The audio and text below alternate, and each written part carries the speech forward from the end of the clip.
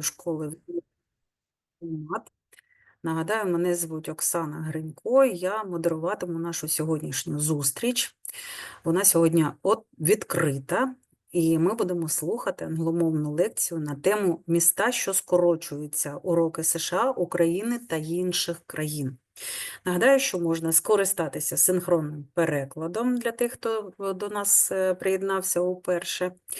Для цього треба натиснути в нижньому меню кнопку «Переклад», це значок глобус, і обрати потрібну мову англійську чи українську. Якщо такої кнопки ви не бачите, натисніть на кнопку «Додатково», це 3 крапки, і там знайдете функцію перекладу. Інструкція також продубльована у чаті, я думаю, що у всіх все вийде.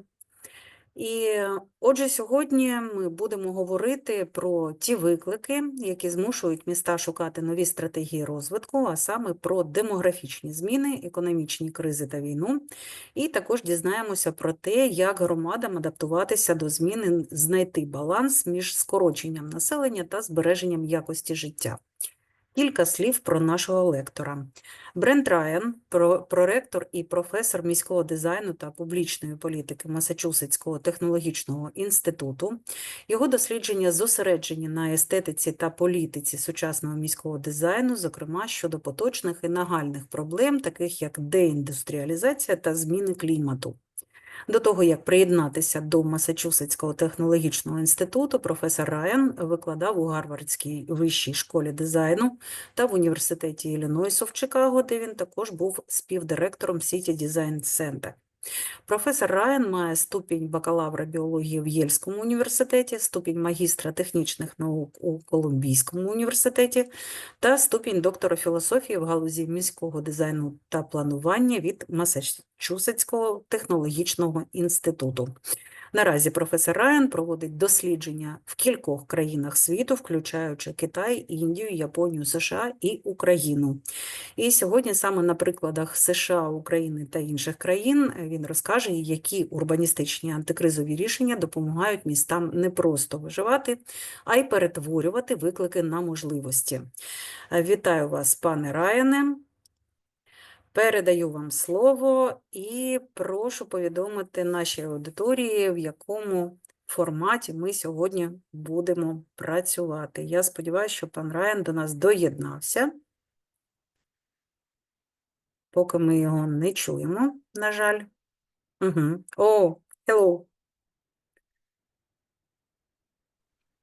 У нашого лектора вимкнений звук. So I believe I've just been introduced. Should I begin my lecture?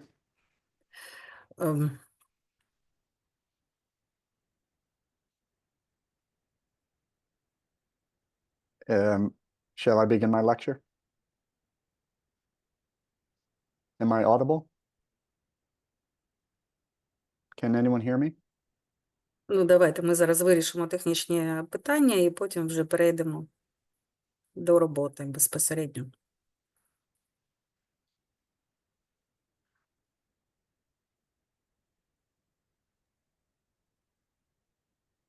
Okay, so I don't have translation. Can you hear me working. now? This is interpreter speaking. Can you hear me now, Mr. Yes, Ryan? I can hear you. Oh, Yes. great. So the problem was that it didn't press this channel.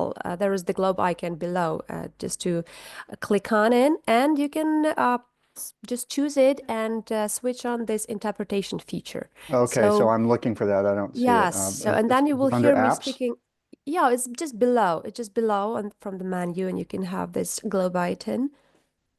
It's just the globe at the bottom of the menu. So you just have to select the desired language. Can you hear it? Yes, I don't. Oh, I see. Yes, now I see it. Yeah. So I should listen in English, correct? Yes. Yes, I'm in the English channel. So my globe says English. Is that correct? Very good. Thank you. Thank you. Good morning. I'm very happy to be speaking to all of you. I realize that you've probably heard from many of my colleagues over the past 2 or 3 months in MIT's Department of Urban Studies and Planning, and I'm very happy to be joining my colleagues in sharing some ideas with you today. I believe we have up to 90 minutes or 120 minutes. So I'll speak for maybe 45 minutes or 50 minutes, and then we can have a conversation or I can answer questions.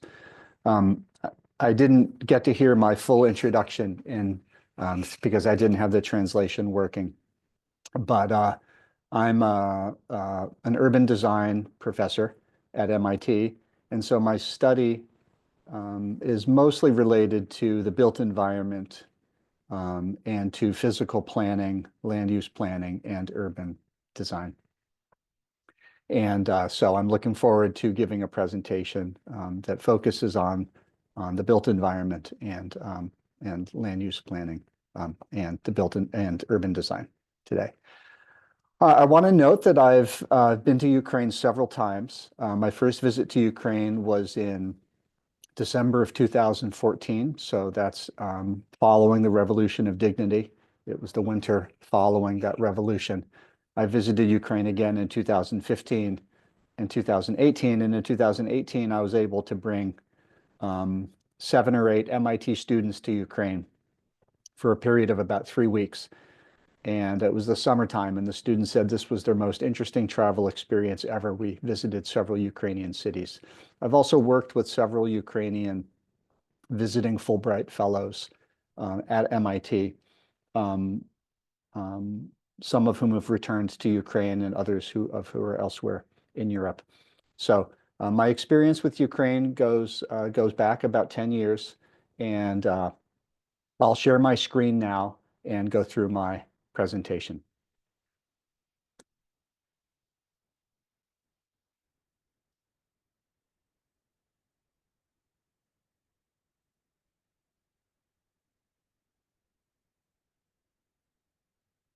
So my presentation is entitled Shrinking Cities in the United States, an Overview. And this is a topic that I've been investigating for about 30 years. So more or less my entire career as a planning professor, I've been looking at the challenge of urban abandonment and the challenge of urban revitalization. And so my presentation today is to look at the American context and to help you understand how abandonment has happened in the American urban context and how cities are attempting to recover from that abandonment. I'll conclude with some additional maybe thoughts that apply to the Ukrainian situation that, as I said, I know somewhat well. We're looking at a time series image here of a single house in the city of Detroit. And it's an image taken by a single photographer named Camilo Jose Vergara, who originally came from Chile. And in the 1970s in the United States, as an artist, began documenting our urban landscape. And his photos are among the most powerful documentations of the forces of change that are influencing American cities. You can see here that a house in Detroit goes through a couple of different stages of life. In the first top left, the house is abandoned. A few years later, the house is being overtaken by nature. In the lower left, the house is being reconstructed, and you see that the landscape around it has been cleared. In fact, the house that adjoined it on the right has been removed. And then in the lower right, you see that the house has been restored, although it's quite a different situation than when the house was originally constructed. And I think this house provides a kind of a miniature metaphor for the challenge of abandonment and reconstruction. Abandonment can't be undone.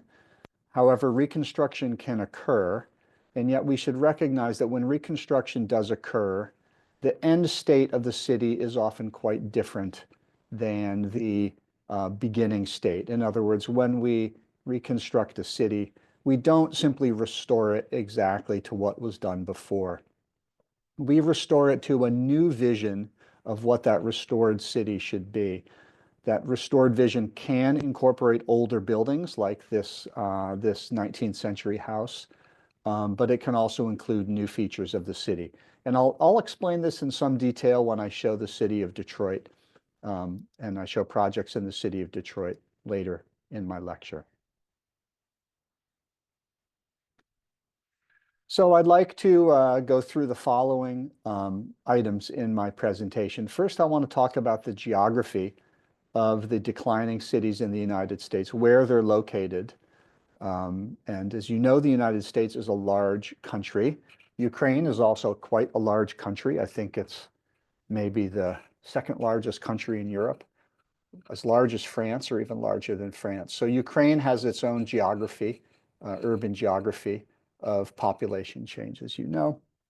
We'll look at population trajectories in many American cities. And then we'll look at some of the causes. It's always of interest to audiences that I speak to understand why this population has declined, why this population decline has occurred in the United States, particularly given that America is such a wealthy country. It's often a puzzle that the United States could have cities that have lost so much population. And so that's what I'll explain at that point. And then I will look at the effects of that population decline. It's very important for us to understand that when population decline occurs, the effects on a city are often quite negative. They are occurring in multiple dimensions. They're not only occurring in the built environment. These are social, economic, political effects of this decline. As we then look at the geography of decline, we'll look at the geography of decline within a city.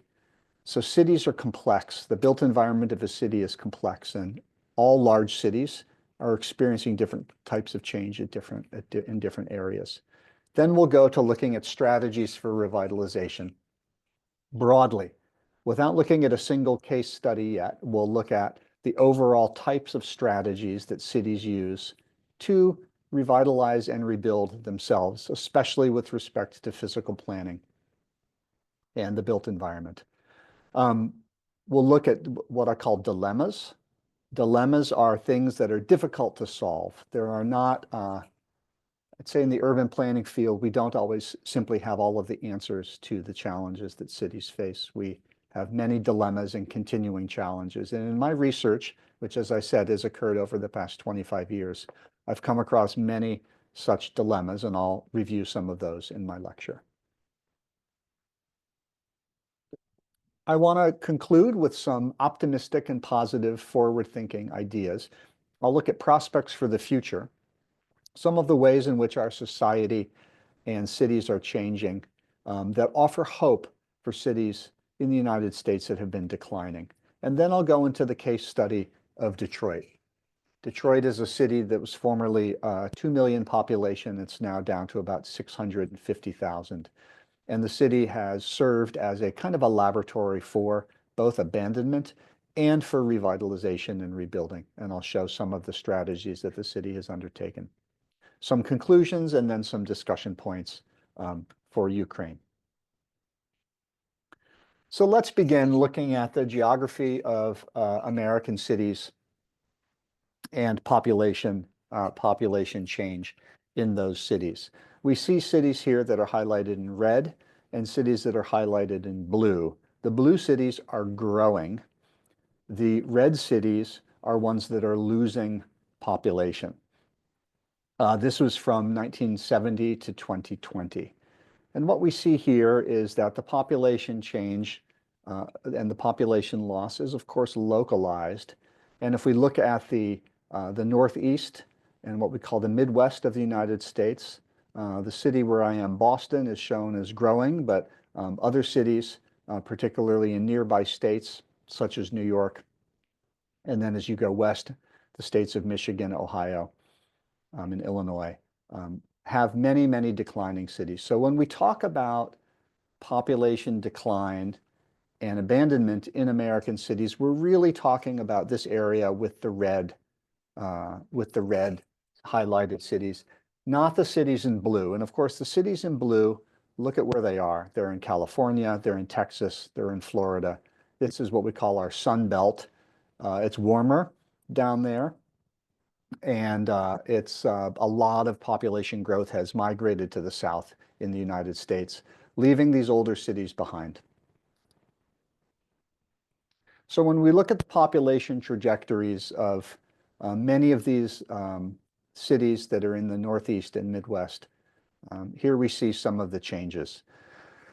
All of the population change began to happen several decades ago, long before I was alive, really beginning in the 1950s and 1960s.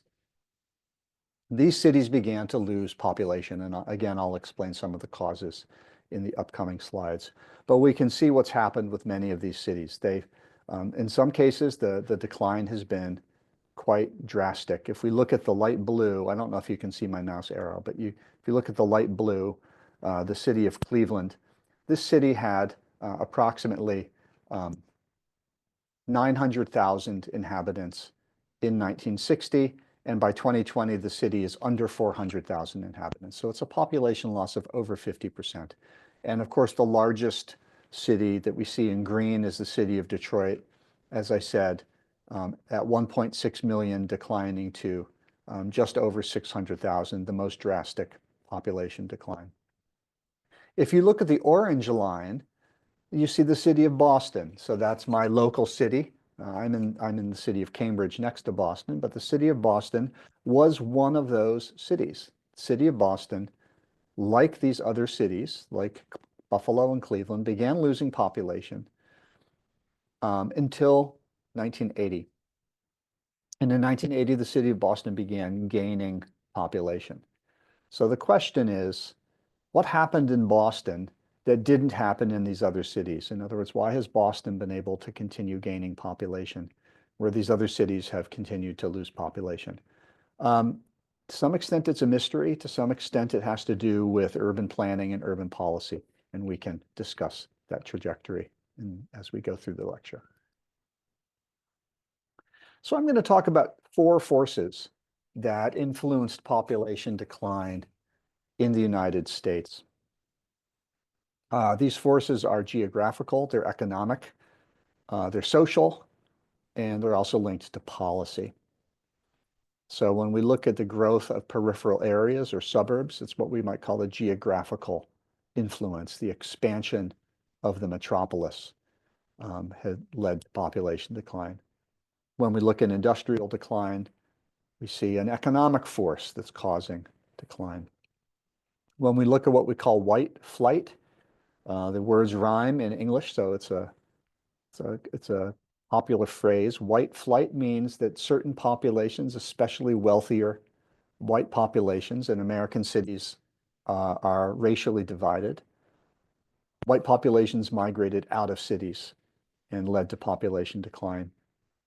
And in the lower right, we see an image of the city of Boston, and we'll talk about how policy led to population decline. So let's look first at suburban growth. We're looking at an image of a single-family house under construction at the urban periphery. Notice that it's being built of wood. That's very typical in the United States. Houses are almost always built of wood, occasionally built of concrete and brick, but almost always of wood. It's by far the cheapest building material. It's also sustainable. And even in Boston now, we increasingly build apartment buildings out of wood because the cost of steel and concrete is so high. This wooden house is being built in what you might almost call a forest. It's not so different from the Ukrainian landscape. It's very typical in the United States to find houses being built far, far, far out into the periphery of the city. Why? Why are these houses being built out here? They're being built out here because people choose to live out in these areas. They prefer it. They like the privacy. They like the closeness to nature. They sometimes feel that they're actually getting better public services in peripheral suburban areas than they do within the city. And because, although you don't see any in this image, you can see what's under construction here is a driveway. and a garage. And of course, what that means is that the people who live here are using automobiles. So suburbs are highly automobile centered. And this automobile transportation also makes it very easy to live in suburban areas. And the last thing that I would note is a lower cost.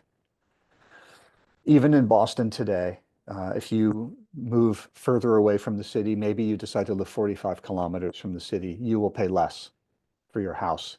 These are forces that operate around the world. Of course, they're the same in Europe. But I would say that the difference in the United States is that we have very, very loose planning controls. There's no way to forbid this suburban housing from happening, because in the United States you have a constitutional right to develop your property. The government does not have the right to confiscate that property from you, and any planning regulation that doesn't allow you to build is technically illegal. So this has led to quite a lot of suburban growth. Industrial decline, this will look familiar to Ukrainians, is a very powerful force driving the abandonment of cities in the United States. We're looking here at an automobile factory in Detroit. It's called the Packard Automobile Factory. And if you look up, if you like old cars, you can look up Packard. Packard was a P-A-C-K-A-R-D, was a company that went out of business in the 1950s. They were competing with Ford, General Motors, all of the large automobile companies, all of which were headquartered in Detroit. And they couldn't compete, and they went out of business. And their factory closed in about 1960 or so. Ever since then, it's remained in the city of Detroit. It has increasingly become a kind of ruin. Why is it a ruin? Well, a few reasons. First of all, it's privately owned. So it has a private owner who, for decades, has been struggling to rebuild the property. This is very typical of industrial properties in the United States. We have very high degree of private ownership of land. These industrial properties are typically privately owned, and so the rebuilding of the property is a private responsibility, not a public responsibility. The city has no real power to rebuild this site. They can simply ask the private owner to rebuild it, but the private owner says, I'm trying and I can't get a new economic activity to occur here. Across the United States, this scenario happened again and again and again. In many cases, the factories were demolished, and you're left with what's called a brownfield, an empty piece of land. In this case, the Packard factory has remained. It's become a famous ruin. A lot of urban explorers go and break into the factory and take photographs, etc. But industrial decline, a very powerful force that occurred due to lack of competitive ability. In the United States, beginning in the 1950s, accelerating into the 1980s. And so in some ways, predating the industrial decline that happened in Ukraine, which in particular happened, I think, in the 1990s with the end of socialism and independence and the abandonment of a lot of those facilities, many of which I've seen in my visits to Ukraine. I mentioned this social force, the social force of white flight. This is an old image from the 1950s, and it's showing a typical, what was seen as a typical middle-class American family in the 1950s, standing in front of their quite small home, probably 80 square meters, might have been smaller, might have been 70 square meters. This was a typical home size for middle-class American families at that time. This family, we don't know who they were, it's an anonymous family, but these families moved to these homes because they saw a much better life for themselves in this place. And of course, Again, it's the same all over the world. You see a family with 3 children. Family sizes were larger at that time, of course. With 3 children, this family saw that a house provided a better space for them and their children than did an apartment or an urban house. So this family likely moved out of the city from an older house into a newer house, improving their livelihood. The fact is that this family is ethnically white. That's an important factor because American cities at the time had both black and white populations. And black populations experienced a lot of social discrimination and continue to experience some social discrimination. At the time, it was illegal for black families to relocate out of the city and to move into these homes. They were legally prohibited from doing so until the 1960s. And even after the 1960s, there were many informal discriminatory mechanisms used that in some ways led white families to move out to the suburbs more quickly than black families, although black families are also relocating to suburbs as well. You still find a lot of segregation. So this white flight was both motivated by a desire for a better quality of life, as well as a concern for not wanting to live in a racially integrated neighborhood. And my American students sometimes say, no, all of suburbanization is due to racial segregation. And I say it's not true, because if you go to Canada, you see the same suburbs. And Canada did not have the racial diversity that the United States did, but people also moved to suburbs in Canada. So it's really as much a cultural force as it is a social desire for segregation. Lastly, I want to talk about the process that we call urban renewal in the United States. Urban renewal was a process, policy effort of the federal government of the United States in the 1950s and 60s to rebuild older areas of cities through government-sponsored clearance and rebuilding. This was a very costly project. Of course, the federal government had to provide funds to purchase all of these properties. And the idea was that by removing the older buildings, you provided space for a new cityscape to emerge that would be more modern and more economically competitive. So we're looking here at the city of Boston, at an area of Boston that's called the West End. That was the buildings were removed in the 1950s and 1960s, and the area was rebuilt with a much smaller population as higher density apartments. The fact that it's smaller population is important because the population of this area had to move. Where did they go? So they relocated either into other urban neighborhoods or they relocated outside the city. So in this case, government-sponsored policy was actually forcing people out of the city, often into suburban areas. And it's been calculated for some smaller cities that had extensive urban renewal that up to 20%, 25% of the population of the city might have been displaced outside the city by these government forces.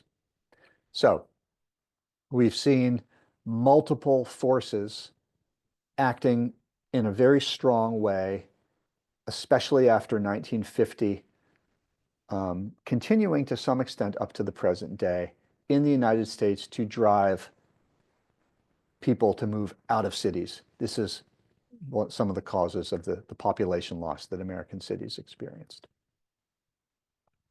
Let's look at some of the effects of this population decline. Some of these effects are unique to the United States, and others I've seen in other countries. And I should say that I've looked at population decline in many countries around the world, including Japan and China, as well as Ukraine and Germany. I'll talk about 3 effects of population decline. First is abandonment of houses. The second is racial segregation and poverty. which talks about the effect of the population decline on the population that's left behind. And third, the issue of fiscal instability, how the city experiences fiscal problems when population decline occurs. And you see here a magazine cover looking at the city of Detroit, which has had severe fiscal problems from abandonment. So the abandonment of houses is it's a complex topic. It's a particular topic that I've studied in detail for the past 8 or so years, because housing abandonment presents cities with extremely difficult policy, planning, and design problems. It may seem simple. It is not simple. It's an extremely difficult problem for urban officials to confront housing abandonment. We're looking at a typical cityscape in an older industrial American city. And you can see that the homes, all of which are abandoned, they're quite high quality. They're built of brick. They have ornamental materials. They're attractive, or at least they were attractive in their original state. And they're also quite large. These were not houses for poor people. These were houses for the wealthy. I think the house in the center may have been a two-family house, but I think the others were single-family houses. Quite wealthy inhabitants. Look what's happened to these houses in their abandonment. The house on the right has clearly been burned. So someone either set it on fire accidentally or on purpose. And the house in the center and on the left, you can see the effects of weathering on the house. The house is, in a sense, falling apart, and you can see that the house in the center is not sealed. You can get into the house through some windows and also through maybe the back. So a variety of problems stemming from abandonment, and the effect of this abandonment is that these houses often become demolished. Over time, the house becomes impossible to restore, and the house is demolished. So you move from having an abandoned house to having an empty piece of land, which then becomes a redevelopment problem, as well as a maintenance problem. Declining cities with large numbers of abandoned homes find it almost impossible to either stop this abandonment or to address the problems that come from the abandoned homes. And you may find in a city like Detroit or Cleveland, at any given time, there may be thousands of these abandoned homes. It's an absolutely surprising and I think negative sight for visitors to these cities who can't believe that these cities have all these large abandoned homes, but they do. The homes are abandoned because the population moved out. They moved into a house probably in the suburbs or elsewhere in the city, and they just left this house behind. If they owned the house, they lost all the value of the house. So that's important.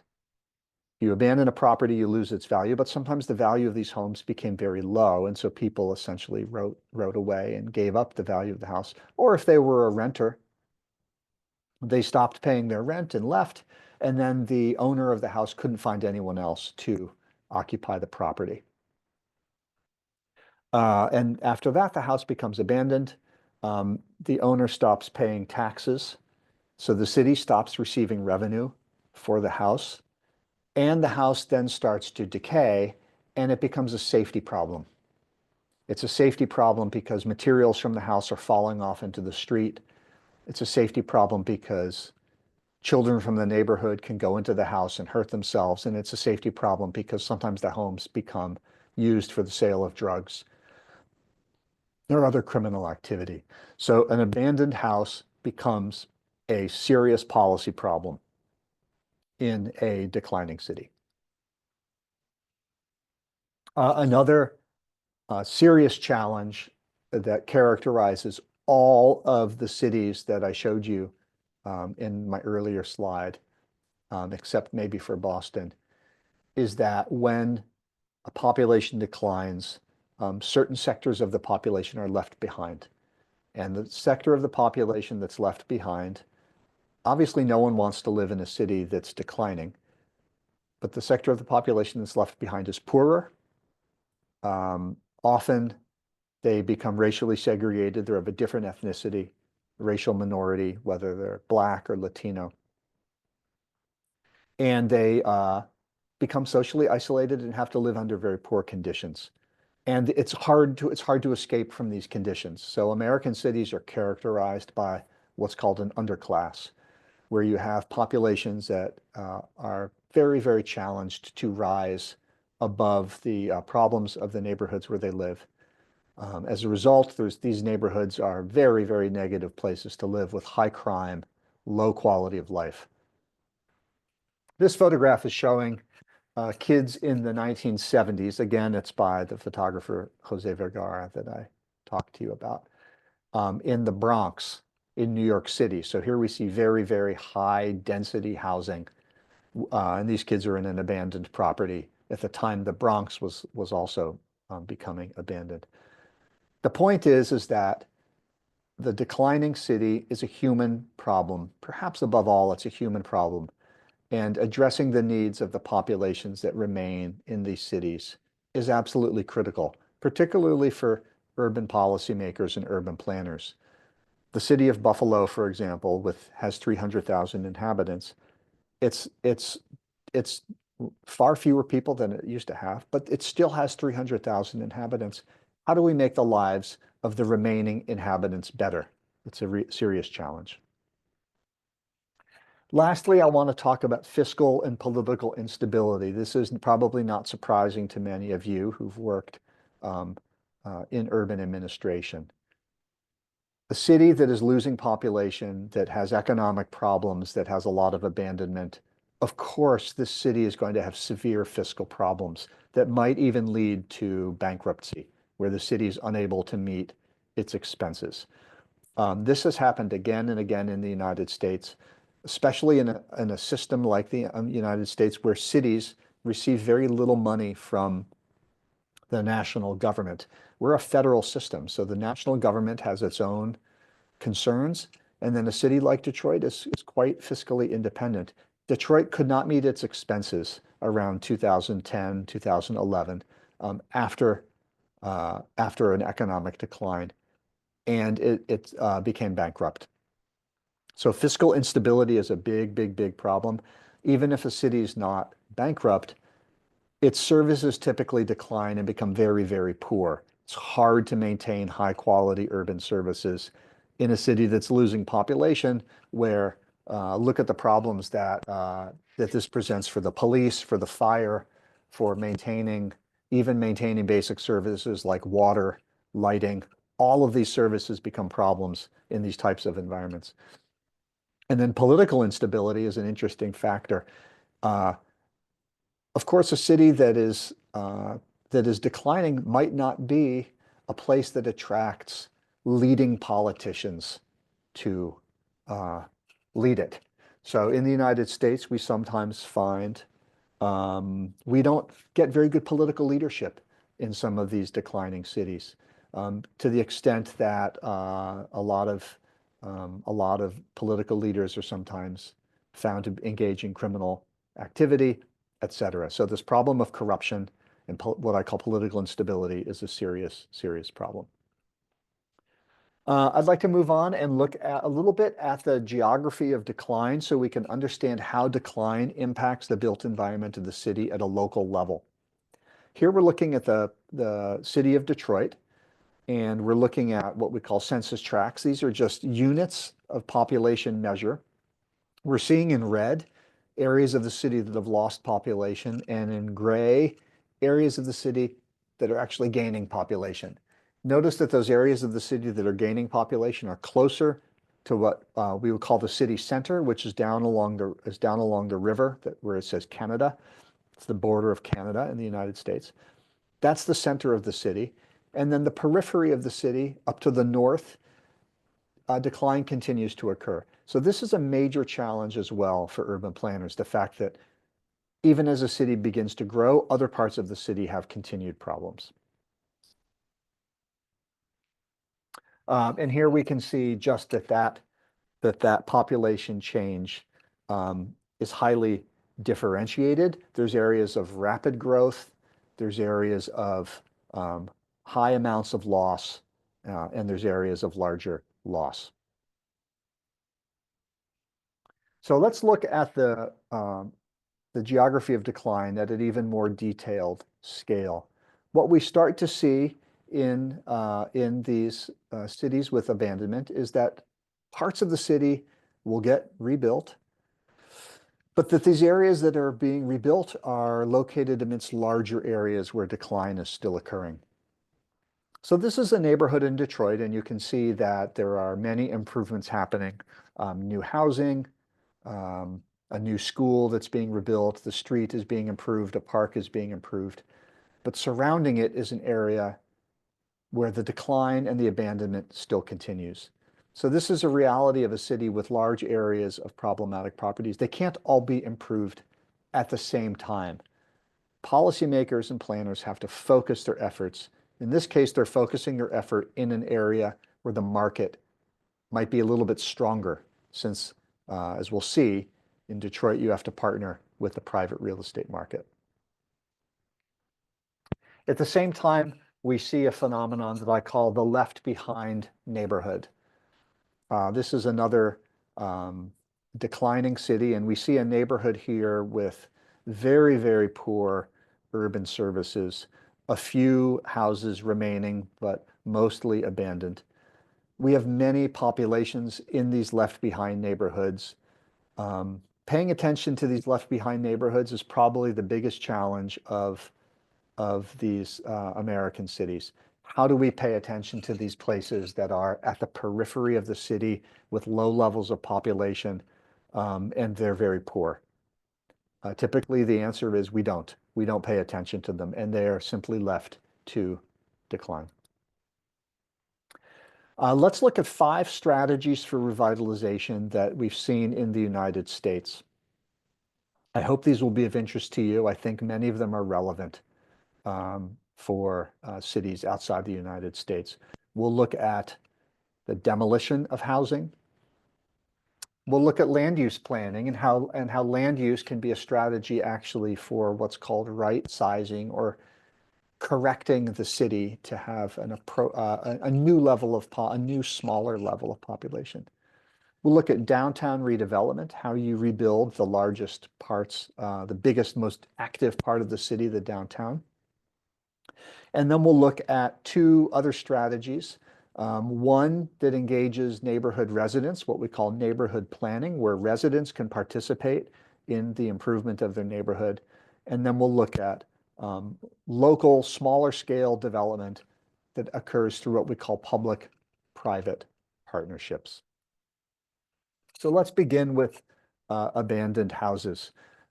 Most cities in the United States that have a lot of population loss are always engaged in the demolition of empty homes, similar to the ones that I showed you earlier. This is an example of a house that's being demolished. We arrived, my colleague and I were driving down the street, and we saw that they had demolished the house that very day. So it's a very recent demolition in this case. Notice that the house next door is still inhabited. So that neighbor is probably very happy to see this house removed. It's possible to remove abandoned properties in the United States because you very often have single-family homes.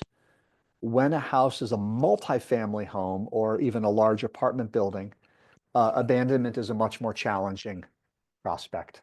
And we can discuss that because I know that Ukrainian cities have both single-family homes and many, many very, very large properties.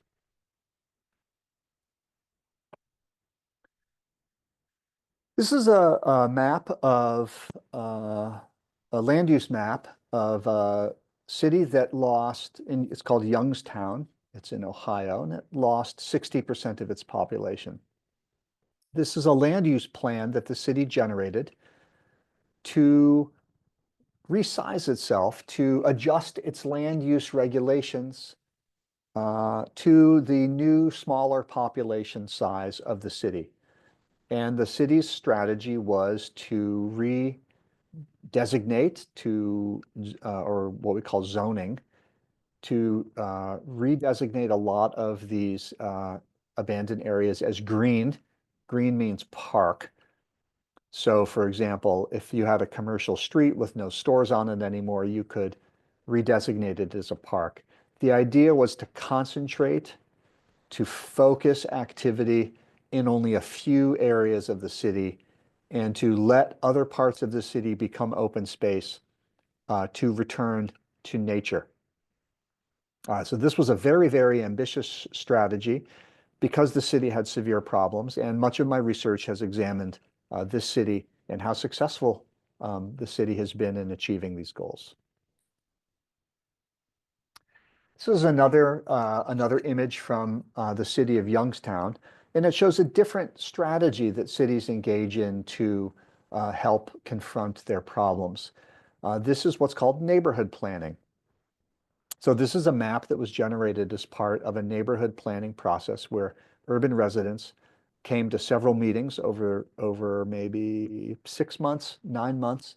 And at those meetings, they met with city officials and with nonprofit or NGO officials to discuss which properties in their neighborhood had problems and what those problems were. And we see those at the right, that properties in red, blue, different colors that have different kinds of problems. And in these meetings, the residents also worked with city officials to suggest strategies for what to do about the properties, whether it's to remove the property, to repair the property, or to simply seal the property so that it wasn't open to the outside like we saw earlier. Neighborhood planning is a very powerful means of addressing urban problems because it engages the local community.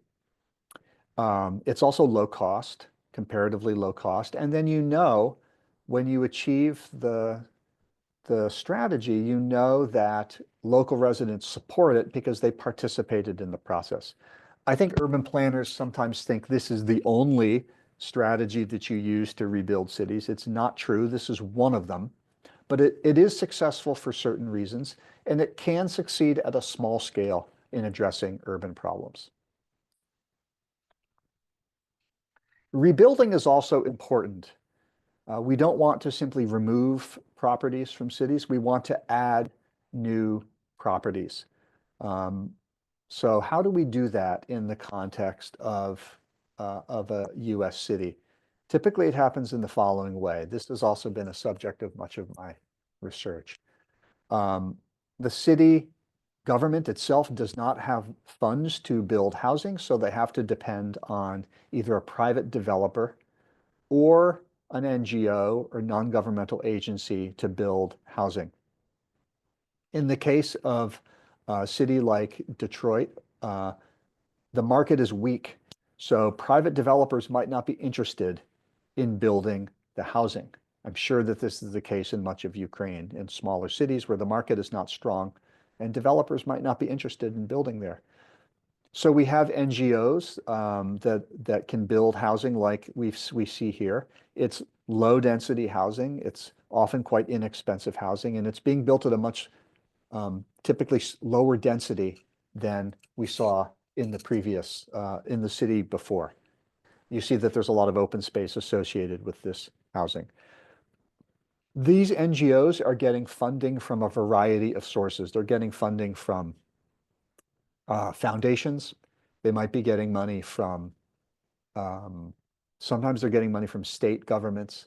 They're also getting money from the US federal government. And they're putting together all of these different funding sources to build this type of housing. Well, who's this housing for? This is not housing for the rich. This is housing for the poor or for lower income people. And the goal of these NGOs that are building this small scale housing through what's called a public-private partnership is to build housing for those populations that don't have the means to live in luxury housing, which is most of the people, of course, in the city don't have that money. Lastly, I want to talk about a politically popular strategy that does engage private capital, and you can imagine why. What we call the downtown mega project. This is another example from the city of Detroit. It's an arena for hockey. It's a hockey stadium, and it's being built on a parcel of empty land, formerly empty land, that the city sold or gave to the developer at a very low cost because the developer promised to build a large new glamorous development, in this case the arena. And you can see that there are stores along the street to reactivate the neighborhood. This is another kind of public-private partnership, but it's one where a private developer is working together with the city to construct a large project. This only happens typically in the United States in what we call the downtown or the city center, because it's the only place where the market will accept the construction of a large building like this. So the downtowns of many American cities are becoming these collections of these large buildings that are for Congress halls or for sports stadiums, etc. But if you come to American cities, you will see every American city has 2 or 3 of these large arenas in its downtown. And they are popular because developers, by the way, the developer might own the team that plays inside. These teams are very profitable, these private sports teams. So the private developer becomes, they own, they're kind of an oligarch, right? Like an American oligarch. And they own the land, they own the team, they own the building, and they're doing all of it. Popular strategy in American cities. I want to talk about a few continuing challenges before we move on in the presentation. The first is what I already spoke about, which is that even if you demolish one abandoned home, it doesn't mean others might not be abandoned in turn. So declining cities in the United States find themselves with an unending problem of confronting abandoned properties. They address, once you rebuild one block or demolish a certain number of houses, it doesn't mean that there won't be more in the years to come. And I've seen this because I first went to Detroit in 1997, and I saw a lot of abandoned homes. And if I went to Detroit this year, I would see a lot of abandoned homes. So the problem continues. It's never, there's never an end. It's not a problem that reaches necessarily an end point. It's a problem that continues in American cities. The challenge of alleviating poverty, which is how to help poor populations. I don't think I need to say a lot to say that it's part of the concern of urban planners and urban policymakers. It's not an easy problem to solve, nor is the related challenge of economic development. How does a city attract new economic activities to locate within it? These are continuing challenges. Each one of these could be a lecture on its own, and it's quite complex dilemmas.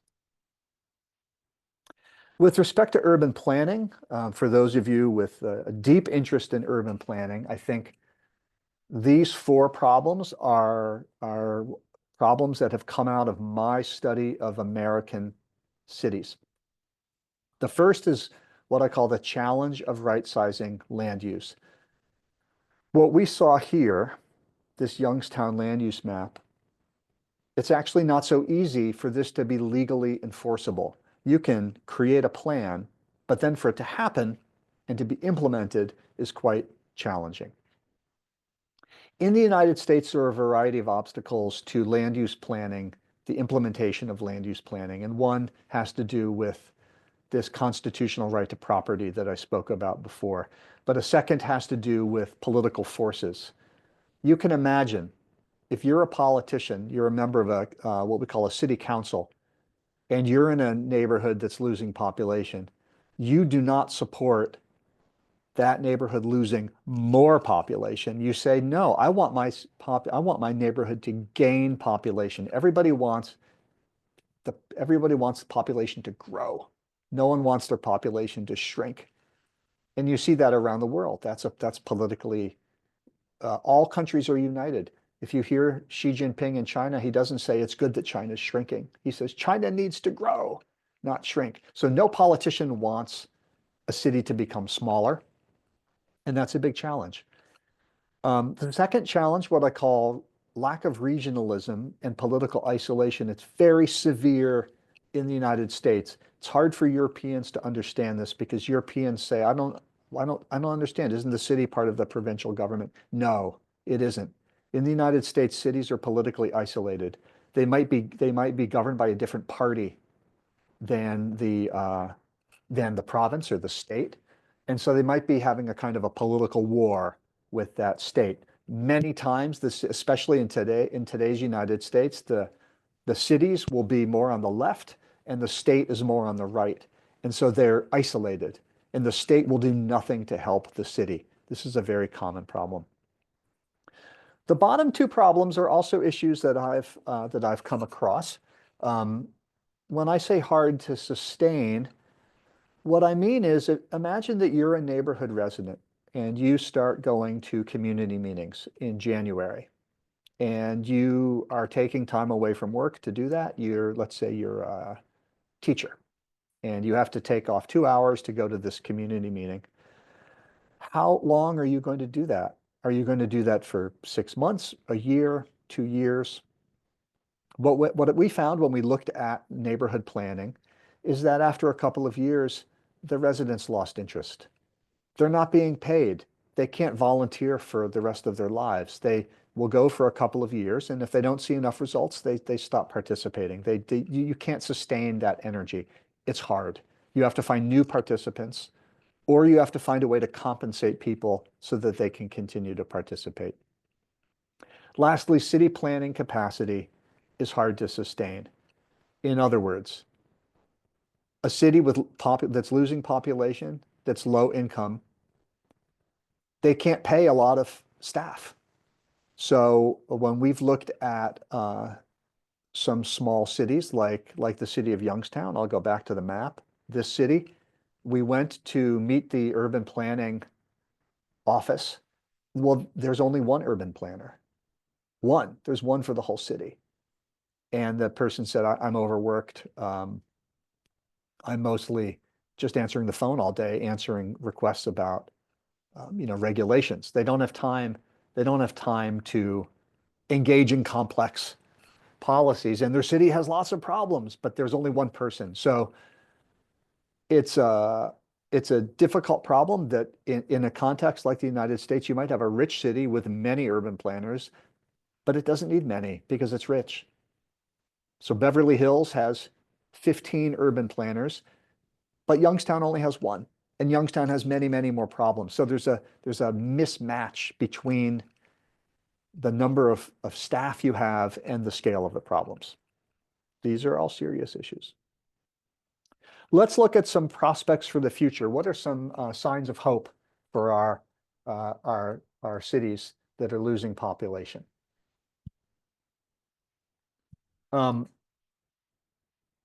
One is that society is changing. We know that. So we have new generations who have different preferences and different lifestyles, and they want to live in a different way than did our, let's say, people in a previous generation. This has been very good for American cities. It's good because many younger people don't want to drive cars, for example, or many younger people, they don't want the suburban life that their parents had. They want to live in cities. They want to be in an active area. They're concerned about the environment. They want to live in a way they see as more sustainable. They like to bike. All of these are trends, social trends, shown here by these young people in New York that are leading these are good for cities. That the trend that's occurring in the US is that people want to live more in urban environments. And this is a global trend, of course. The changes in youth culture are, of course, global. We can't influence them either, right? So some of these things that I'm talking about are not necessarily trends that politicians can do anything about. Changing social preferences, they're just evolving. By the way, these people may not want to have as many children either. They typically don't. The women may want to have only one child or maybe none. So there are a lot of demographic changes that are occurring in tandem. Transportation technology is changing in many interesting ways. These are helping cities in some ways. There's a new emphasis in American cities on making them pedestrian friendly, on creating space for bicycles, or for other forms of what we call personal transportation, like a scooter, things like that. And there's also a trend to reduce the size of the street, to reduce the space dedicated to cars, to make it friendlier for this alternative transportation, and to add additional mass transportation. You see in this image buses. So we're looking at how the city can become more what's called multimodal with different transportation technology. This is good for cities because it makes cities more attractive, it makes them more livable, and it makes cities easier to live in for people who don't want to drive cars. That's very important. So this is a widespread effort in many American cities, and it's a strong, most of our students at MIT are interested in this trend, whether it's the technology itself or in how to change the public environment to make it more pedestrian friendly. They're very, very interested in this. And there's an economic trend as well.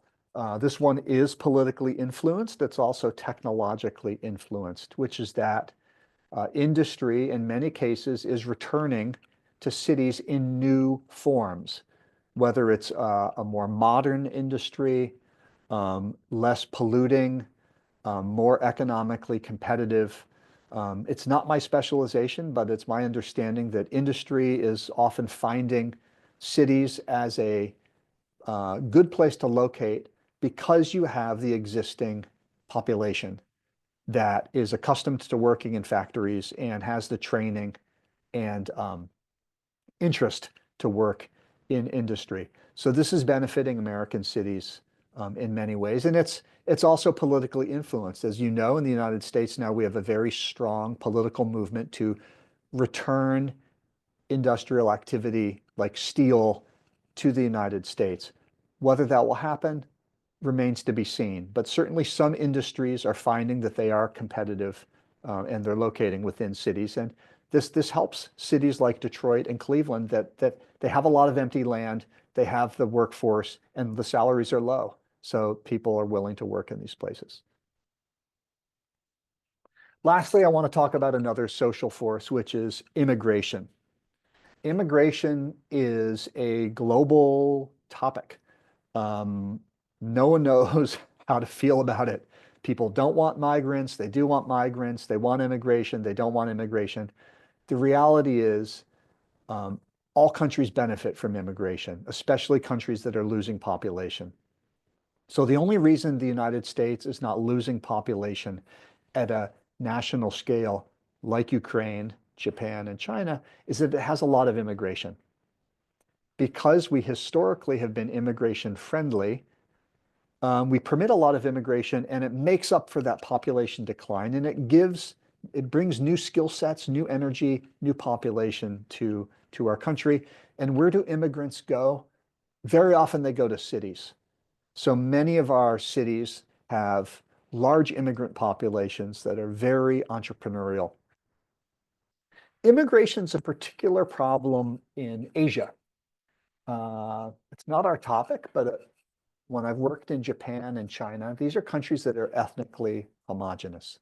They're not so comfortable inviting millions of, let's say, people from Southeast Asia to come live in their country.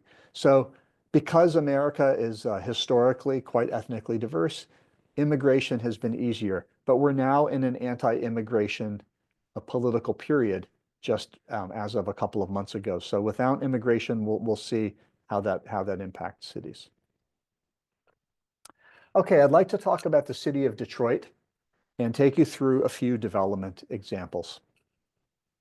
The first is what we call an adaptive reuse. It's a reuse of a historic building that was abandoned, like the factory that I showed before. In this case, it was the railroad station. The railroad station was abandoned for 30 years, and the railroad station was rebuilt by the Ford Motor Company, who our Ford Motor Company is putting their green industries, their alternative transportation technologies. I think I'm hearing someone. If you can mute, please. Ford Motor Company is putting their green technologies, alternative transportation technologies in this building. And so to do that, they rebuilt the entire building at very, very substantial expense. So this is one way to help a city. You get a large company to come in and rebuild the empty properties. That can work sometimes.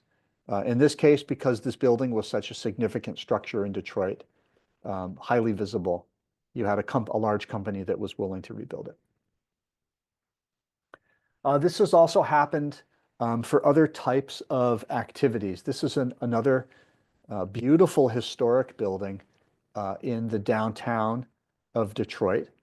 Again, this is a privately developer-led rebuilding where this empty building was taken back by a developer and restored in order to provide apartments.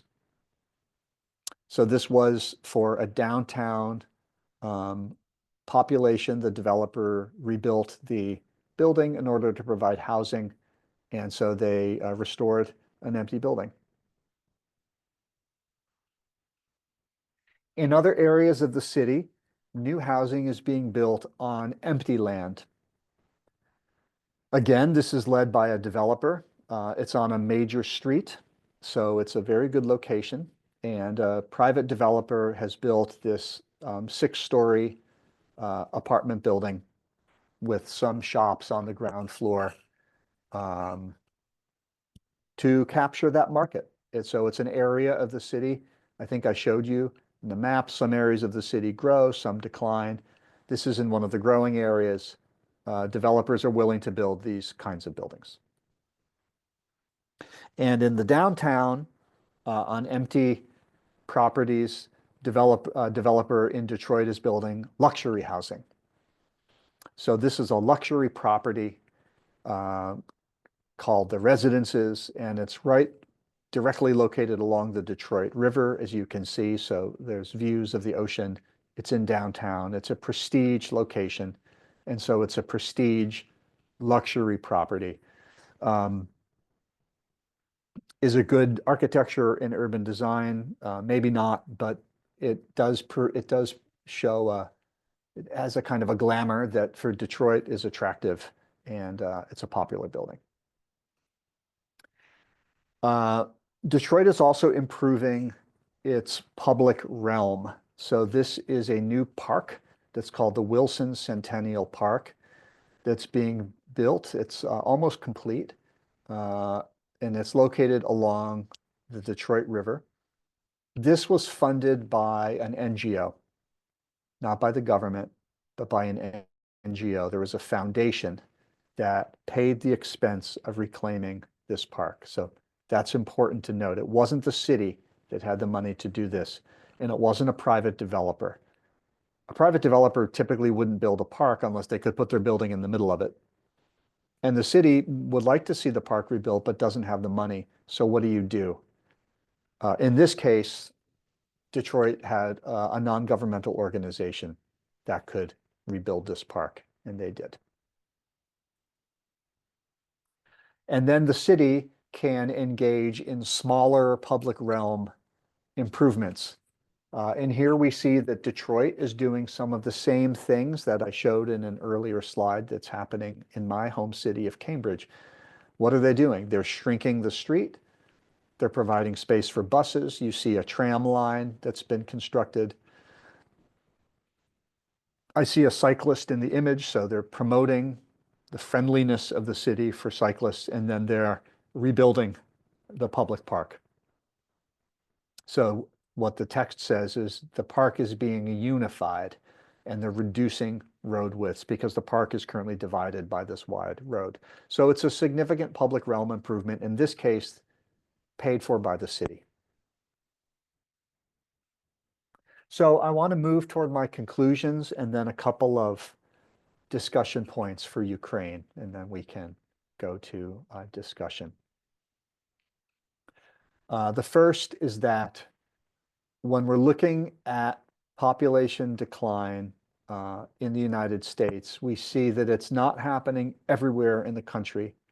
It's happening only in a few places, but where it's happening, the problems are very severe.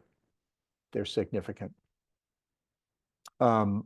Many scholars, I'd say earlier in my career, would say to me, I don't think cities are declining because look at San Francisco. It's doing very well. And I said, no, that's a different part of the country. It's localized, but in this part of the country, the problems are severe.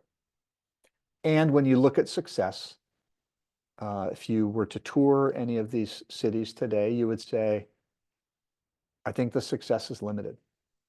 There's been some success. I don't want to say none. That's not true. Of course, there's many successes, but the success is limited. So the challenge of rebuilding the city remains for these politicians. A second point that's pretty important for urban planning in the United States is that it's not planning policy, it's not politics, it's not design that addresses these problems as much as it is larger market and social conditions.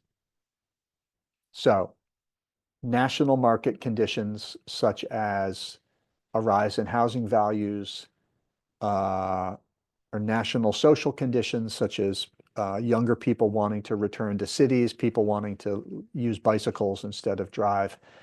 These have benefited American cities probably much more than have the local policy efforts.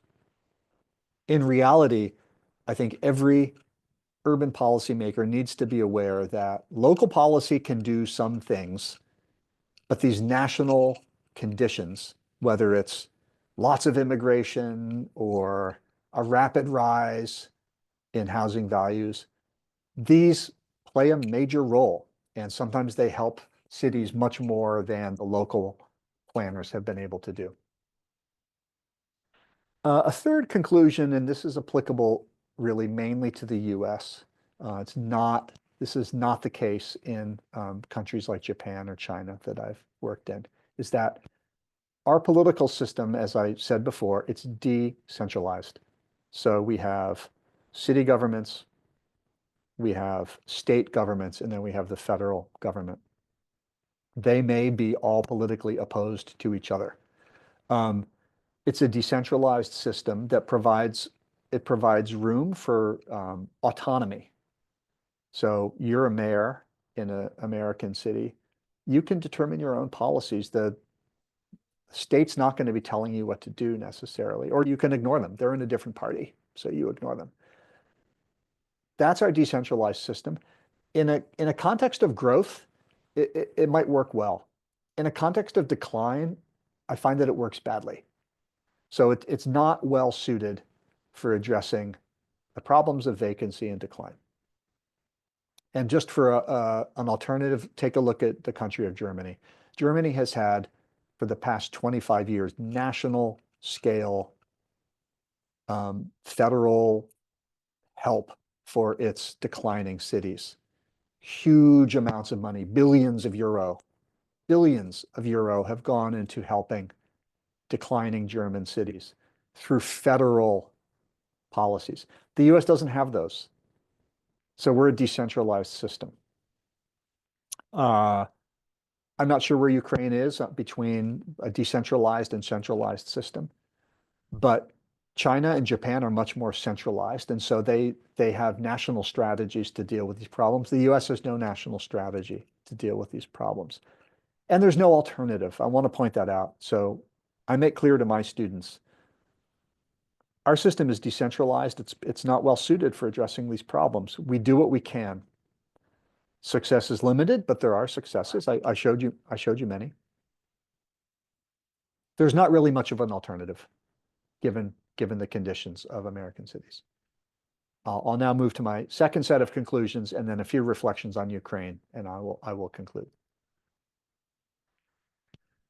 A few things to think about for the future, and I also teach design, so I want designers to imagine what future cities will look like, and planners too. I want them to imagine what future cities will look like. The question I always ask my students is, does decline have an end? People don't know the answer to that. I ask people in China this question. They don't know. When does it stop? American cities, I think they're beginning to stabilize. I think most of the population loss is over. They're not going to drop to zero. They have lost most of their population already. And they will stabilize, but at a much, much, much lower population. So Detroit had 2 million people, now 600,000. Maybe it will go to 700,000, maybe 800,000. It will never go back to 2 million. So what does that mean? The future of the city will be different. There are many opportunities, and this, again, could be a whole second discussion. How do we reimagine the city, the design of the city after this decline has occurred? Well, I showed you some of the ideas that Detroit is undertaking. New open spaces. There's more room. There's room for new open spaces. Citizens love open spaces. They're good for recreation. They help with climate change. They make the city cooler. It's good for the city's water. It's good in many ways environmentally. You can build new housing. So new housing is a good opportunity. Old housing might be beautiful, but it also is not always good. It's poor quality. So when you build new housing, it's meeting people's needs today. It's better housing. Transit, there's new opportunities to add mass transit to cities. And then the overall urban structure, that's an urban design term that means the overall organization of the city, the physical organization of the city can change. You can concentrate the city in certain places. You can change the development focus of the city and just change the way you're thinking about the design of the city. A few lessons that I've learned from working in these cities in the US and that I've also shared in my work in Asia is, first of all, try to avoid too much demolition. I think American cities demolish too much, and you end up removing your history. By demolishing everything, there's no history that remains. And with no history, the city loses its sense of place, it loses its distinctiveness. Remember that tourism is a powerful force. I'm not talking about it in this presentation, but tourism is a force where people come to see historic properties. People come to Boston. Tourists love the city of Boston. They love New York. They want to see the old buildings. They want to see new, but they also want to see old. So avoid too much demolition and try to preserve the best buildings. Every city has its architectural landmarks. And some of the work that I've done in Ukraine with my colleagues has looked at how to preserve the best buildings. Ukraine has an incredible architectural legacy. And it's not just 19th century buildings. Ukraine has an incredible 20th century legacy of architecture. In many cases, this is architecture that's globally notable. and is worth preserving. So American cities, we urge them, preserve the best buildings if you can. They often don't, but sometimes they do. So we saw that Detroit preserved this beautiful apartment building as well as the train station. And then make space for the new. So thinking about a city that's a kind of a hybrid where there's space for new construction, you've preserved the best older buildings, and you're reimagining the design of the city. My final two slides, I just wanted to conclude with a couple of discussion points from Ukraine. It will be evident to all of you that Ukrainian cities are quite different than US cities. This, of course, is a Ukrainian city, the city of Kherson, where I visited in 2014. You can tell it was winter. It's the same time of year we're in now. They're very different. They're different physically, they're different socially, they're different economically, and they're different politically. So that means that many of the strategies that I showed will not be exactly the same in the Ukrainian context. A few discussion points that we can discuss or not as we wish. Ukraine's population loss is different than the United States. It's driven by outmigration, so people moving out of the country. It's driven, of course, by deindustrialization, and I've seen a lot of deindustrialization in Ukraine, and it's driven by low fertility. So Ukraine is an ultra-low fertility country, and that's leading, and it has been for 30 years, and that's leading to population loss as it is in Poland, Romania, Bulgaria, many of the countries of Eastern Europe.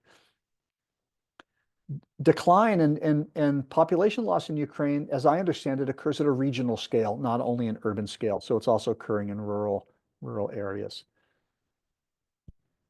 Something that I haven't seen in Ukraine that I've seen in the United States, but not in Ukraine, at least in my visits before 2022, was not the same level of housing abandonment. So this, the property that I showed before, a few of these apartments might be empty or empty part of the year, but the overall building is not abandoned. This in a city, Kherson, that had lost a lot of population. So housing abandonment is not as widespread in Ukraine, but I think it's likely to increase in the future, given the country's demographics. The demographics are a reality of how the country will evolve. And the question of how to handle housing abandonment in a large multifamily building is a real interesting policy and design challenge. And the place to look in some respects is Germany. Germany has confronted this problem in some ways. Of course, as you all know, there's population uncertainty in many parts of Ukraine because the war of aggression against Ukraine continues. And then much of the abandonment that we're likely to see in Ukraine might be in smaller, it won't be in Kiev. It'll be in rural or small town areas as opposed to these medium or large cities, leading to, I think, a need for, whether it's federal or local planning in Ukraine, to focus on a different set of challenges. I would say the challenge of the large panel buildings and whether those are abandoned, how those need to be rebuilt, and then the challenge of what happens in these rural or small town areas where population loss could be 50, 60, or 70%. I will conclude there. I thank you for your attention, and I hope we have some time to discuss. Thank you very much.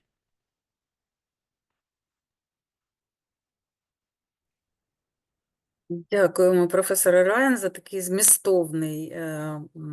за таку змістовну розповідь.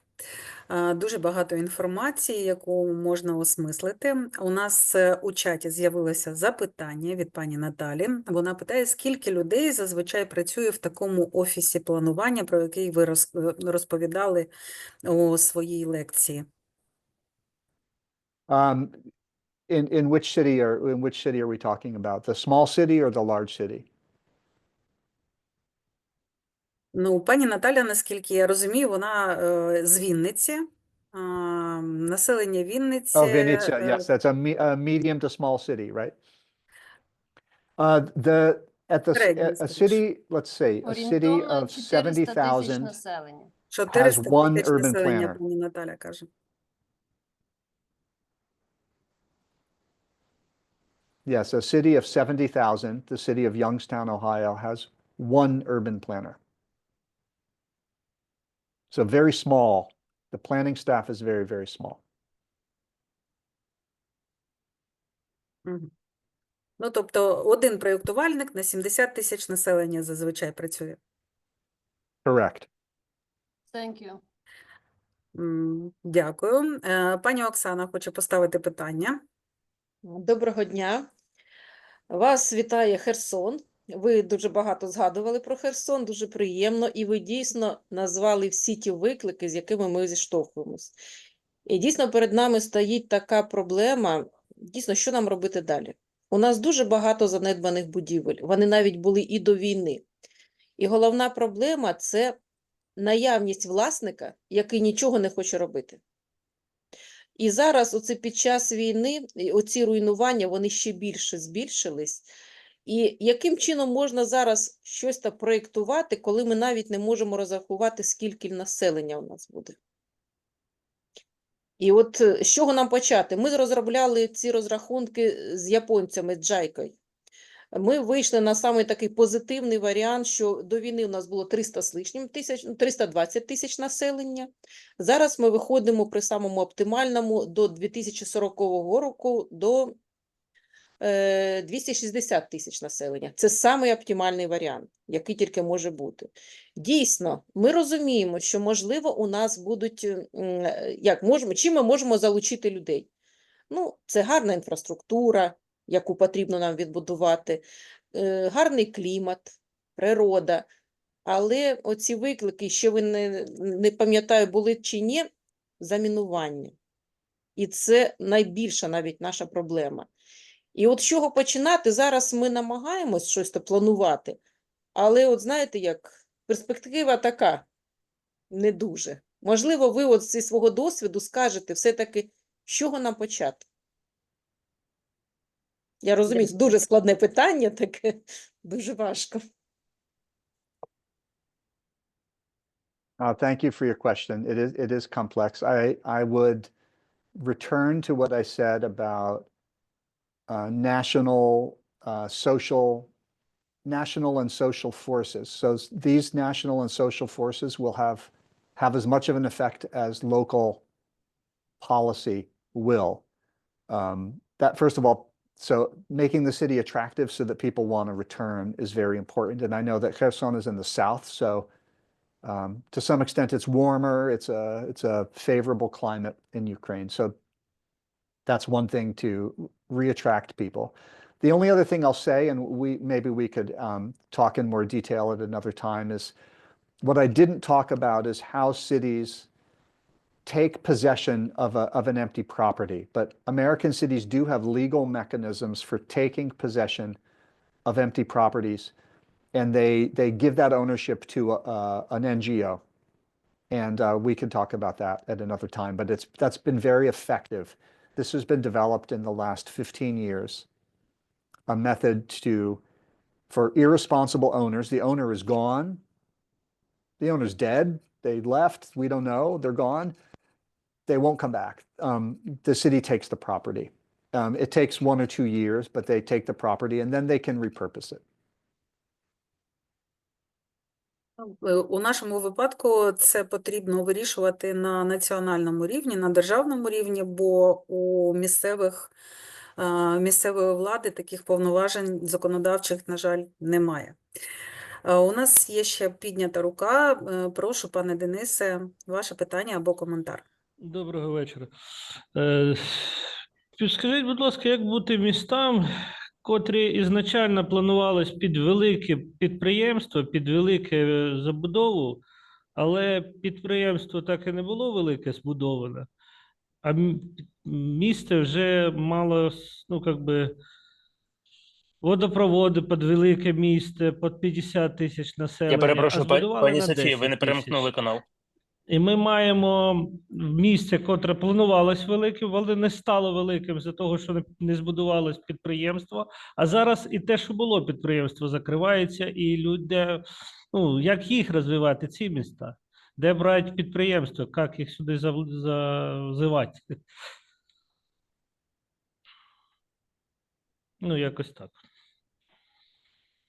That's a very good question, and it's very applicable to the situation that I'm examining. Many of these cities had a single sector of industry where they had multiple sectors of industry. In both cases, the industry declined sometimes to a level of zero.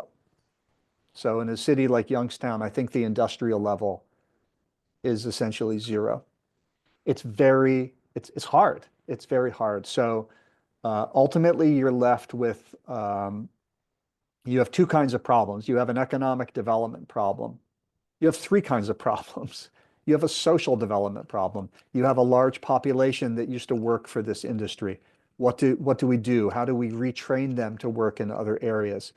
You have an economic development problem. How do we attract new industries that can replace the jobs that are gone, assuming that these companies are gone forever? And in the United States, they're gone forever. They were steel, automobiles, they're gone.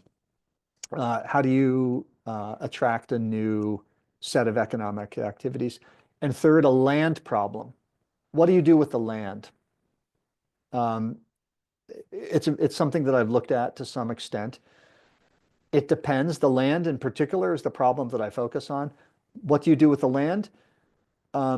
It depends. Is it publicly owned or is it privately owned? If it's privately owned, there's not too much you can do with it. You hope that the property owner finds a new activity for that property.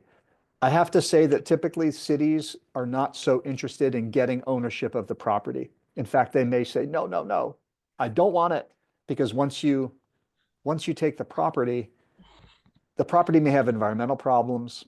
You assume those as a government, and the city governments don't want to do it. So I used to speak to a mayor who said, our biggest mistake was that the mayor before me took ownership of this automobile property. They don't want it, but they can't get rid of it. Once it's public, the public sector in the United States is not so agile at repurposing these lands. They often turn them into parks. They just rebuild them as an area for the citizens, and they don't try to attract new activities. But the privately owned properties, they try to attract new economic activities, and then the government usually tries to retrain the population to find new jobs. That's a brief answer.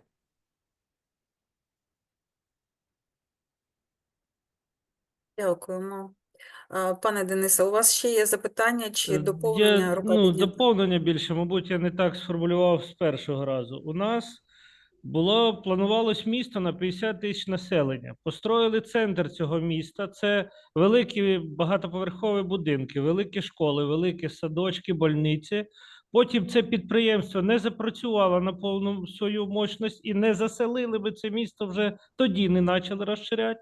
А зараз ми маємо, що ще менше стає людей. Тут сама проблема, що є, у нас в кожному будинку со 100 квартир 10-12 пусті стоять. У нас медсанчасть 3 корпуса, 2 з яких закриті, бо їх нема сенсу держати вже тоді. І у нас, виходить, є великі затрати на інфраструктуру, але немає всіх цих людей. І у нас є підприємство, котре закривається, і цих людей не буде. Ми розуміємо, що ніхто не заселиться. Як бути зараз? Зовсім зруйнувати його? It's a good question. I won't tell you what to do, but I think you can see from the American situation, and I would add what I've seen in the US. I've also seen it in Germany, China, and Japan. In China, especially China has these large single industry cities with lots and lots of housing that was built for the workers of a single industry. In the Chinese case, they relocate, they build new housing for the workers in a different area, and they remove all of the other properties. But that's where the government has quite a lot of money. In the US, the housing is removed. That's what I showed, this demolition strategy. And in Japan, similar, the housing is removed. In Germany, it's more complex, but again, there's a lot of government funds that have been involved, which it's the program called Stadtumbau Ost in particular, which looked at the problem of the East. East has a lot of the Plattenbau, the panel housing. They would, but mostly renters, not owners, renters. They would combine the populations within a single property and then remove a property. So it's complex, especially if the properties are owned. And I know Ukraine has very high home ownership. I didn't mention that, but high home ownership is a problem because the people own the property. If the people are renters, it's easier to move people. In Japan, there are a lot of these buildings as well, but they're renters and they move them. But if they're owners, it's more challenging. У нас є також коментар у чаті від пані Тетяни з Олешківської громади. Ми можемо безхозне майно прийняти, але це варіант, коли саме власник не займається будівлями. Також додається фактор, що люди виїхали внаслідок небезпеки. І я від себе додам до цього коментаря, і незрозуміло, скільки з них повернеться навіть за умови того, що до України прийде мир. Right. It's an interesting point for Ukraine that because the country is in a conflict, there's a hope that a certain percentage of the population would return following the cessation, the end of the conflict, whenever that is. The US is a little bit different, right? Because there was no conflict, people just moved out, and it's pretty clear that we always assume they won't come back. So but you wait and see. If the owner, you can try to contact the owner. You can also enforce some fines. The city can charge the owner some fines, but sometimes people just refuse to pay. And because the country is so decentralized, the owner kind of runs away, and there's no way to chase them down and find out what to do. And that's when the property goes into this procedure where it gets taken by the city and becomes the city property. Дякую. У мене є питання щодо Детройту. Ви багато уваги приділили цьому місту, спочатку його занепаду, потім способом його відродження. І я так розумію, що вкладаються величезні кошти в те, щоб це місто знову якось розквітло і привабило до себе нове населення, або принаймні, щоб те, яке є, не виїжджало з цього міста. І скажіть, будь ласка, чи є результати від цих інвестицій? І я маю на увазі не тільки грошові інвестиції, але й багато, мабуть, було витрачено розумових зусиль, якихось проєктних рішень. Тобто багато людей працювали на те, щоб воно щось змінилося там. Чи воно змінилося? I would say yes. Yes, it did. So the city of Detroit has improved.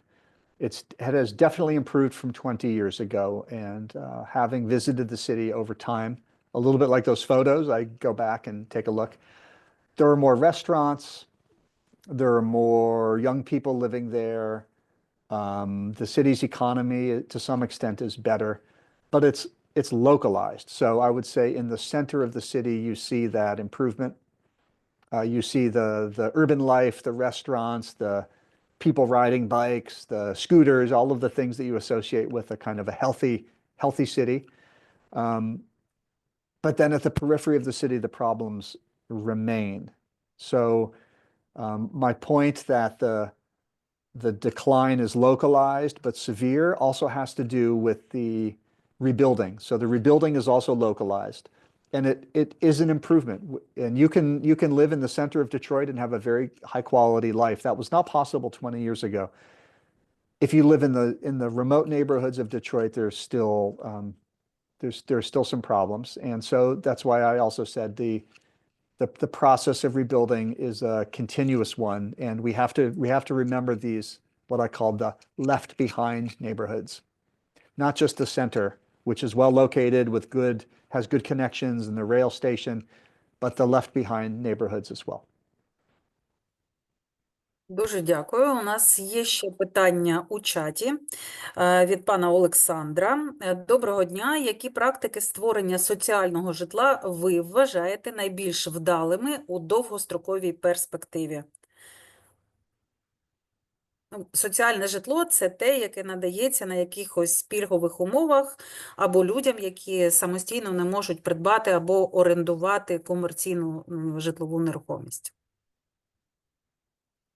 It's a very good question. This is a continuing challenge. What do you do when you have a market and the market will build for 60% of the population, but what about that 40% of the population that can't afford to live in what the market can provide? I know that's an issue in Ukraine. I've looked at housing in Kyiv, like Comfort Town, and this is kind of luxury housing, right? This is housing for people who have a certain amount of money. Many people can't afford to buy into those types of properties, but they need new housing, or else they'll move. Something we should think about in terms of urban strategy is a city that has lost population. There's some population that remains. You don't want to lose more. So how do you keep them? Give people other housing options. I've always felt that people should have the option of moving into new housing that's better quality if they want. So we have a system for providing that housing for the lower income portion of the population in the US. That's what I referred to as this decentralized public NGO partnership where the government provides some funding and then NGOs construct the housing. It works. Many of our students at MIT go into this field, but it doesn't produce a large volume. The money coming from the government is insufficient. It's just not enough to build a high enough volume of housing. So maybe you build 10% of the housing you need, but it's still 90% that needs the homes. And you know this is the case because whenever a house opens, you open up an application process. And it could be that for 100 houses you get 5,000 families that want the house. So the demand is very high. We have a global housing crisis, actually. Across the globe, housing prices are increasing. So I feel that governments need to get more involved in providing a solution to that housing crisis.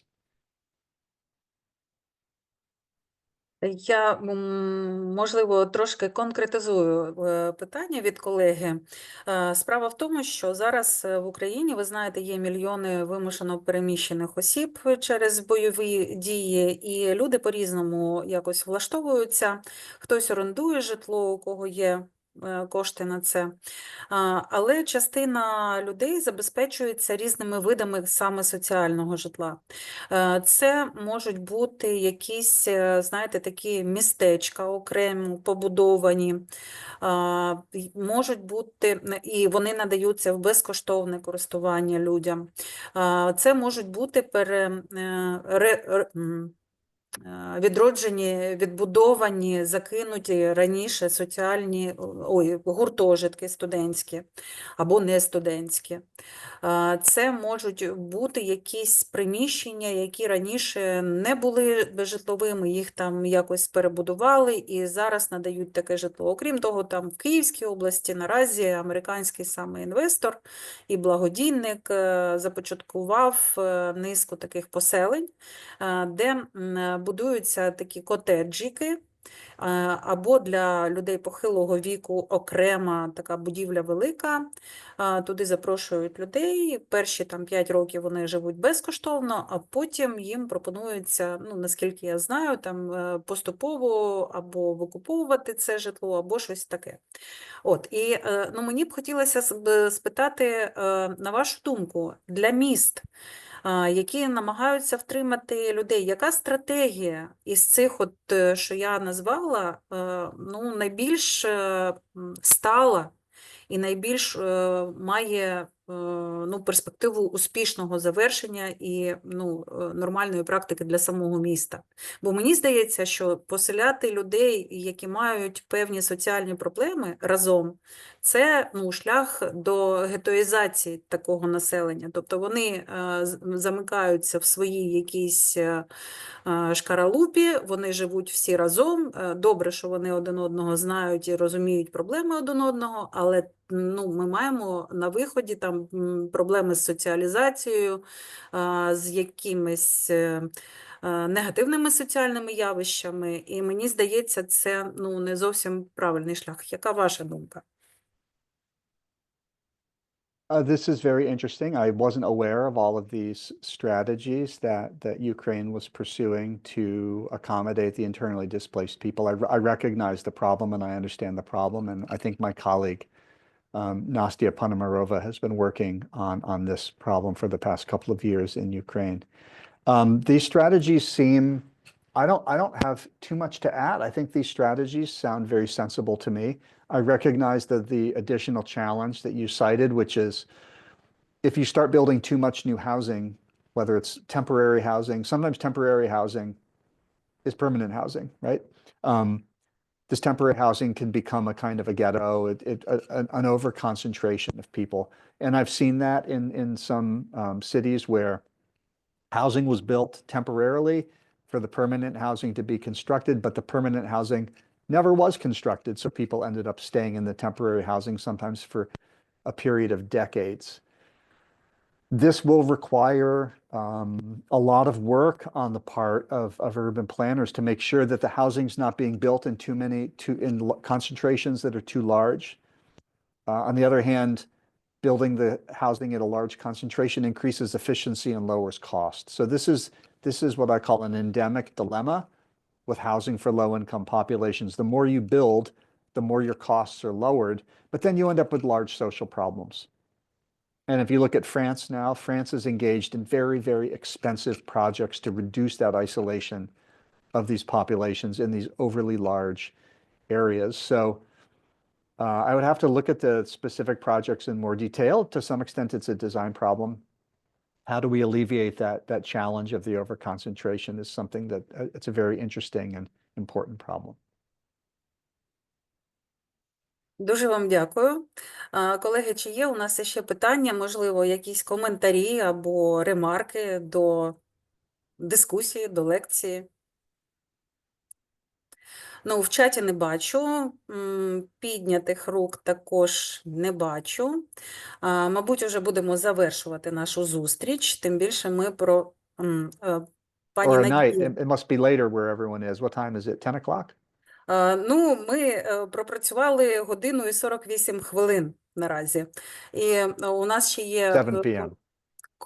коментар від пані Надії. У нас були будівлі заводу в центрі міста Токмак. Завдяки Приватбанку він збанкрутував. В результаті ці будівлі були розібрані до цеглинки. Ну, це одна з ілюстрацій того, яким чином зникають або використовуються занедбані будівлі. Отже, повертаємось